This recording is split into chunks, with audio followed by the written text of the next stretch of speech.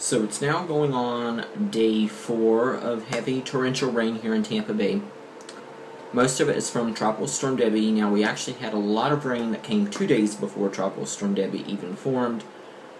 And it's just coincidence that my last blog video I made fun of Tropical Storm Debby. I just picked that name out of the list. I really had no clue that we were actually going to get a tropical storm, but Tropical Storm Debby has been affecting the area for now about 4 days. We've gotten about 10-15 inches of rain already. Probably will get more because the storm is supposed to continue to pour on us until, I think they said now, Thursday or Saturday, depending on how quickly it moves across the state. There have been a lot of photos that have been circulated on the internet that have gone viral. One of the photos in particular that I posted on my Facebook, and you know, when I first posted it, it was, you know, one of those situations where I didn't know if it was real or if it wasn't. It was one of those fact or faked issues. It actually turned out to be fake. It's a photoshopped photo taken from Hurricane Irene actually last year in Puerto Rico, and they recirculated it, claiming it was on Bayshore Boulevard here in Tampa. Now, Bayshore Boulevard is completely flooded, and it is possible to get a shark, but it actually didn't happen. Now, in Newport Richey, which is just an interesting story, wasn't involving sharks, but it was actually involving alligators. Firefighters were trying to go to a house call to actually put out a fire, and they were prevented from doing so by an alligator that had gotten into the floodwaters, and it came between them and the home.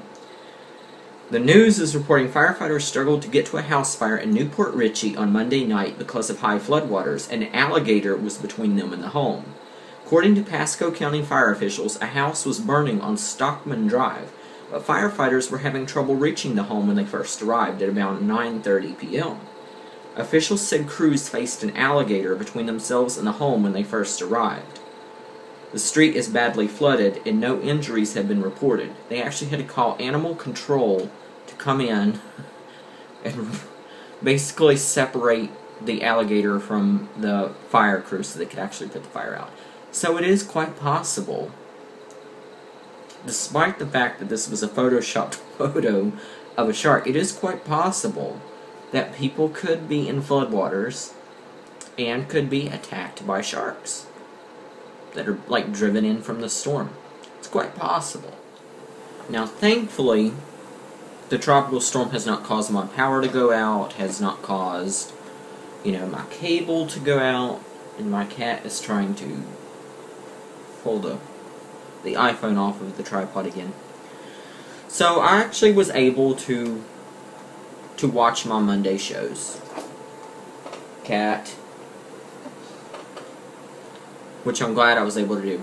I've gotten into a really bad habit of watching television on Mondays. I now watch Hell's Kitchen. I watch The Glass House on ABC. I watch Drag U on Logo. And I actually want to say about Drag U, because everyone got used to me doing reviews of Drag Race on Logo. I was going to do reviews of Drag U throughout this season, but I've made a decision.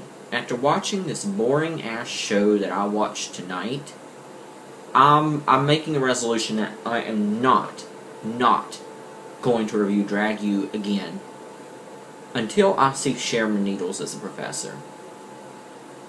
I'm not going to review it because it's just boring. I'm tired of seeing the same old queens from previous seasons. And Latrice Royale made no impression on me at all last week when she was on the show. Just was not impressed at all. Cat, stop. Stop. She's going to end up knocking the camera over again. So, with that being said, I'm not going to review Drag U, but I'm going to go into my Glass House review. And you might notice the background is a little bit different on this video. My previous video, it actually got delayed in uploading my Glass House review by YouTube because they needed copyright permission data because I used the background of the glass house living room, taken straight from the television show. It's a capture right off television. But they were unconvinced, and so it delayed my video. So I've decided to go with a generic background. This is a moving, free art design background from Movie Drops. It's an app on the iPhone, and it's kind of generic, so it's not going to be, you know, any graphics or anything from the show. Actually, this particular one that I'm using for the glass house kind of looks like glass shards flying around behind me. Kind of fits with the theme of the show. Not going to go too in-depth with this review, because most of you are not watching it, and you're probably already turned off this review by this point. So, but anyway, this week, we found out that Alex, the villain, is not coming back to the house. The viewers did not like Alex, so he is not allowed back in the house. He stayed in limbo and then went home. Now, this week, most of the storyline revolved around kind of a tension between Gene, the stuntman, and Apollo, the poet. Apollo found out that he was he actually was the least favorite person in the house by the fans who voted. Now, again, most people don't even know this show exists, because Big Brother comes on in like 2 weeks, and most people want to see Big Brother. They're not watching Live on Ice House. Probably not. It's going to be canceled mid-season, I believe. But Apollo found out he got the least amount of votes, and he's the least popular person in the house. Now, I had said last week that I thought that Apollo would be a fan favorite. That's obviously not true. On closer inspection of him on camera, I'm convinced that his ear, because his left ear, I mentioned it in the last vlog, his ears are odd. Like, they're both big ears, or they look big from a front-on angle, but then the right ear kind of looks normal when they do a shot of the side.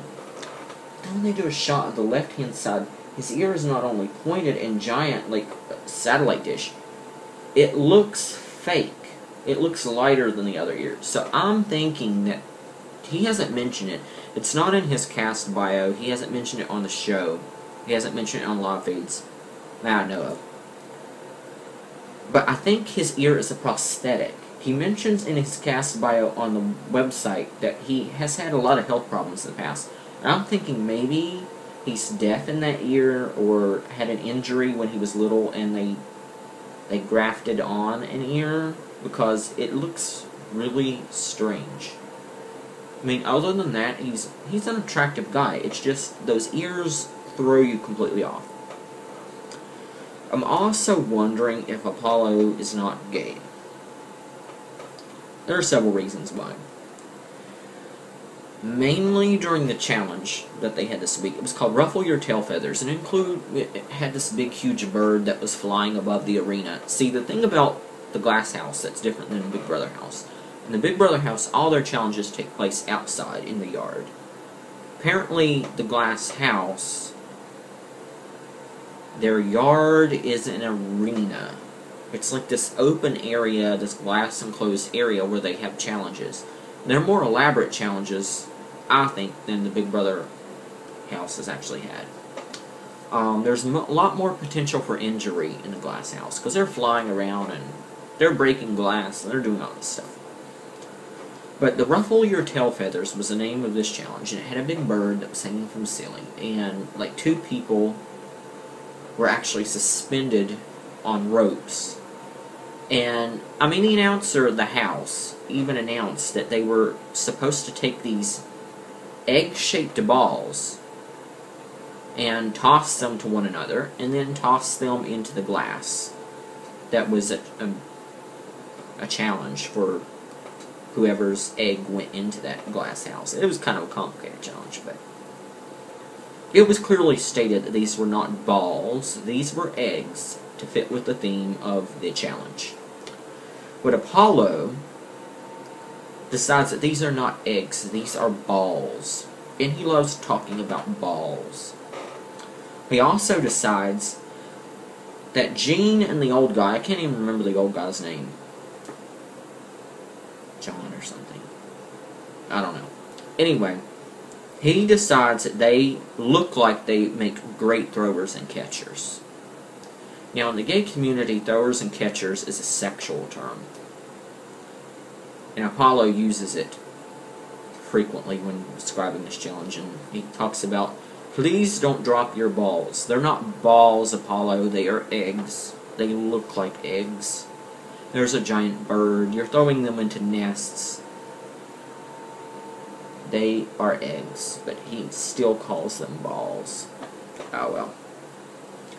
Well, in part of the challenge, if your egg got thrown into this one birdhouse, breaking the glass, you had to peel like 200 hard-boiled eggs. I mean, they were stupid challenges. I don't know. They supposedly asked viewers what kind of challenges we wanted them to do. I don't remember that particular question, and it's so stupid. But Jeffrey, the gay guy, ended up getting the punishment that he would have to peel like 200 hard-boiled eggs. He decides not to just do this in his regular attire. He dresses up like an old lady to do it. So I guess maybe on the outside he is a drag queen. I don't think so, though. And my air conditioning goes on, so I'm going to have to make this video short. He has so much facial hair that I doubt that he's a drag queen outside the house. He just thinks it would be funny if we would see a large, fat, gay guy dress in drag for this show. It's actually not funny. It's actually quite hideous, because he looks like the bearded lady when he's peeling these eggs. It's not a pretty picture. Anyway, my prediction, the Glass House won't even last 6 episodes before it's canceled. That's what I think.